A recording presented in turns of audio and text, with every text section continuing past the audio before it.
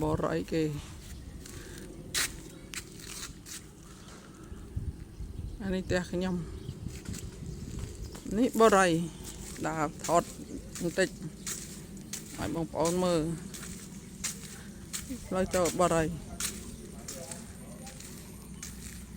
នេះសិតបរិយគេនៅ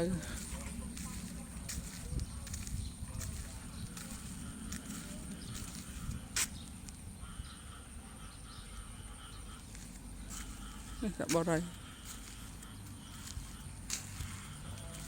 ជុំវិញ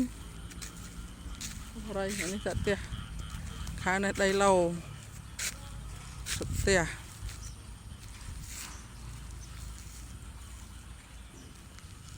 ផ្លូវទៅនោះវិញឡើងទៅថ្នល់ឡើងផ្លូវ4 លឿនអានេះមិនមែនផ្លូវតលទេណាតែគេធ្វើស្ពានកាត់ផ្លូវលឿនដូចតលអញ្ចឹងតែមានផ្លូវបត់ទៅលិចមួយទៀតផ្លូវស្វាត់ឆ្វែងសិតតែផ្លូវ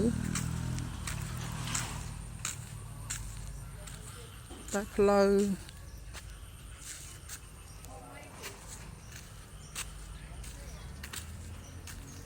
ផ្លូវសិតតែផ្ទះ